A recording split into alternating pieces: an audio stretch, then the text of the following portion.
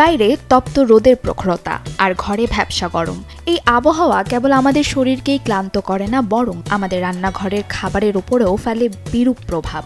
গরমে আর্দ্রতা আর উচ্চ তাপমাত্রার কারণে খাবার দ্রুত পচে যায়, যা ডেকে আনতে পারে স্বাস্থ্য ঝুঁকি। তাই এই গরমে খাবার সংরক্ষণের সঠিক কৌশল জানা শুধু শৌখিনতা নয়, বরং সুস্থ থাকার প্রধান শর্ত।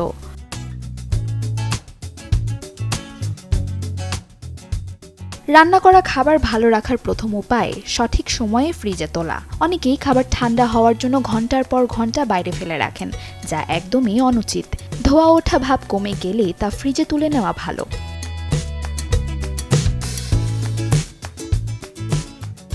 তবে এক্ষেত্রে বড় পাত্রে খাবার না রেখে ছোট ছোট বাটিতে ভাগ করে রাখা বুদ্ধিমানের কাজ।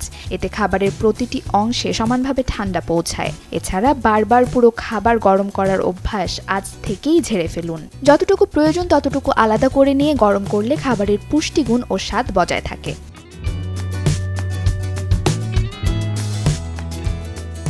কাঁচা বাজার থেকে আনা সতেজ শাকসবজি দীর্ঘস্থায়ী করতে হলে কিছু কৌশলী পদক্ষেপ নিতে হবে।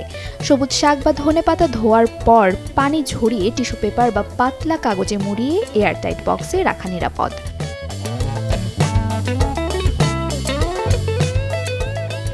লেবু ও কাঁচা মরিচের ক্ষেত্রে বোঁটা ফেলে জিপলক ব্যাগে রাখলে সেগুলো দীর্ঘ সময় সতেজ থাকে। একটি জরুরি বিষয় হলো ফল ও সবজি কখনো এক পাত্রে রাখা ঠিক নয়, কারণ আপেল বা কলার মতো ফল থেকে নির্গত ইথিলিন গ্যাস পাশের সবজিকে দ্রুত পচিয়ে ফেলতে পারে।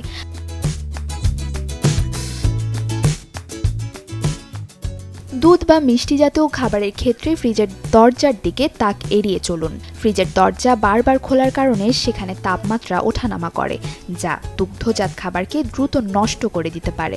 তাই এগুলো সবসময় ফ্রিজের ভেতরের দিকে রাখুন।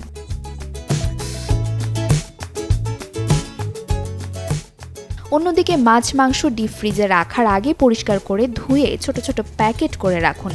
রান্নার ঠিক আগে শুধু একটি প্যাকেট বের করে নিলেই বাকি অংশের গুণগত মান নষ্ট হওয়ার কোনো ভয় থাকে না।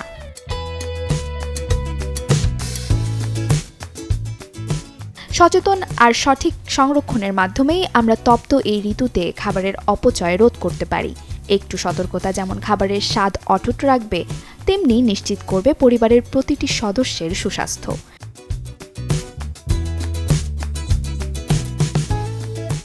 Desk report, channel 24।